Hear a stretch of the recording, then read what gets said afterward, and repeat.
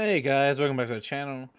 So, we've been talking about investing and taxes and this and that. And one of the big things that people have been asking me is they want to know more about cryptocurrency. Well, that's what we've been starting on, right? We did a video the other day. You can go check that out. But today, I want to talk about stable coins, right? Like what is a stable coin? Well, a stablecoin is a class of cryptocurrency that's going to attempt to offer price stability, and they're going to be backed by a reserve asset, right?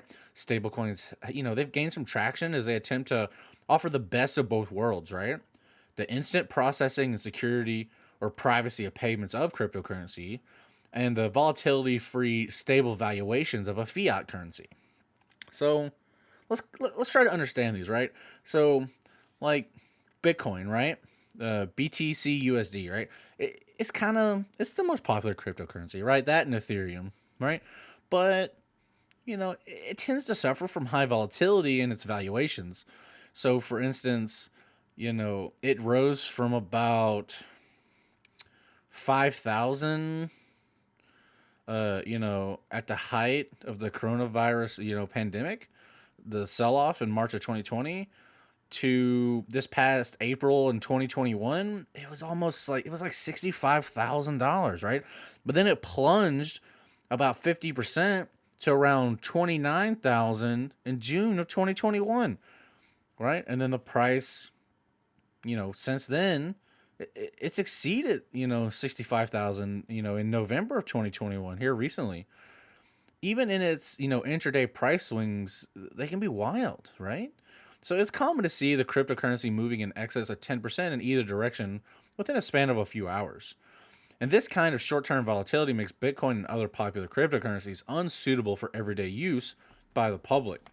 So essentially, a currency should act as a medium of monetary exchange as a mode of storage of monetary value, and its value should remain relatively stable over long term horizons. Users will refrain from adopting it if they're unsure of its purchasing power tomorrow. So, ideally, a crypto coin should maintain its purchasing power and have the lowest possible inflation, sufficient enough to encourage spending the tokens instead of saving them. Stablecoins provide a solution for achieving this ideal behavior. Inflation is the decline of the purchasing power of a given currency over time, right?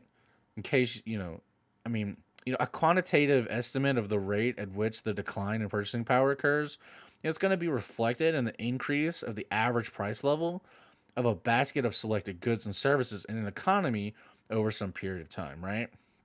So then, what types of stable coins are there? Well, there's a couple. So, there's some appeal to fiat currencies, right? Like the US dollar is a fiat currency, right? Where the currency is backed by the full faith and credit of the government that has issued it. So this offers, some price stability for fiat currencies. However, this also means that many fiats are inherently controlled by their central banks. Stablecoins attempt to bridge this gap between fiat currencies and cryptocurrencies. There are three categories of stablecoins, all based on their working mechanisms. So, the first one we want to talk about is the fiat collateralized stablecoins, right? Because they maintain a fiat currency reserve, like the US dollar, as collateral to issue a suitable number of crypto coins, right? Other forms of collateral can include precious metals, think gold and silver, right? Or, even commodities like oil. But most of the present day fiat collateralized stablecoins, they're going to be using dollar reserves. So such reserves, they're going to be maintained by independent custodians, and they're regularly audited for adherence to the necessary compliance. So like Tether, right? And True USD, they're your popular crypto coins that have a value equivalent to that of a single US dollar, right? And they're backed by dollar deposits. All right. So, as of November in the year 2021, so USDT, right, or Tether, is the fourth largest cryptocurrency by market cap, worth more than 73 billion, right? Now the next one to talk about is going to be crypto collateralized stablecoins, right? And these are backed by other cryptocurrencies. Because the reserve cryptocurrency may also be prone to high volatility, such stablecoins are over collateralized, right? Basically, this is going to mean that a larger number of cryptocurrency tokens is maintained as reserve for issuing a lower number of stablecoins. So let's do an example. Let's say 2,000 worth of ether may be held as reserves for issuing 1,000 worth of crypto-backed stablecoins, right? Which accommodates up to 50% of swings in reverse currency, right? So more frequent audits and monitoring add to price stability. So backed by Ethereum, MakerDAO's DAI, is pegged against the US dollar and allows for using a basket of crypto assets as a reserve. Right? So the next one I want to talk about is non-collateralized stablecoins, right? Algorithmic, right? And they don't use any reserve, but they include a working mechanism like that of a central bank to retain a stable price. So, for instance, the dollar pegged base coin, right, uses a consensus mechanism to increase or decrease the supply of tokens on a need basis. So such actions are similar to a central bank, printing banknotes to maintain valuations of the fiat currency. Now, it can be achieved by implementing a smart contract, right? And we're going to talk about smart contracts a little bit later in another video, so stay tuned for that, right? But it's it can be achieved by implementing a smart contract on a decentralized platform that can run in an autonomous manner. But okay, well, let's talk about smart contracts real quick, just shortly. A smart contract is a self-executing contract with the terms of the agreement between buyer and seller directly written into the lines of code.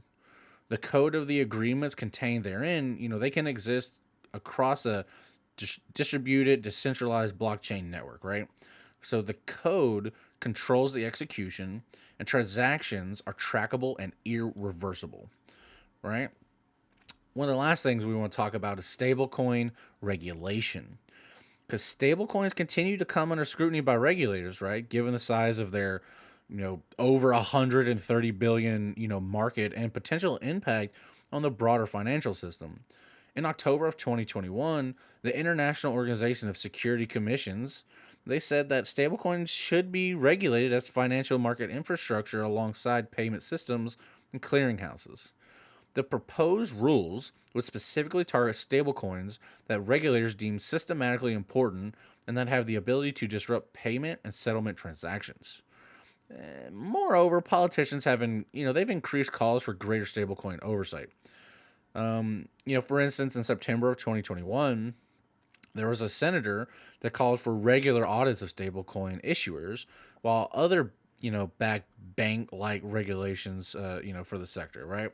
So hopefully this gave you guys some good information on kind of like what a stablecoin is, and a little insight to how they work, what they do, how just enough information to either help you make your decision of whether you want to look into getting stable coins or not, right? So I really hope you guys enjoyed this video. If you did, I'd really appreciate you subscribing to the channel, giving this video a thumbs up.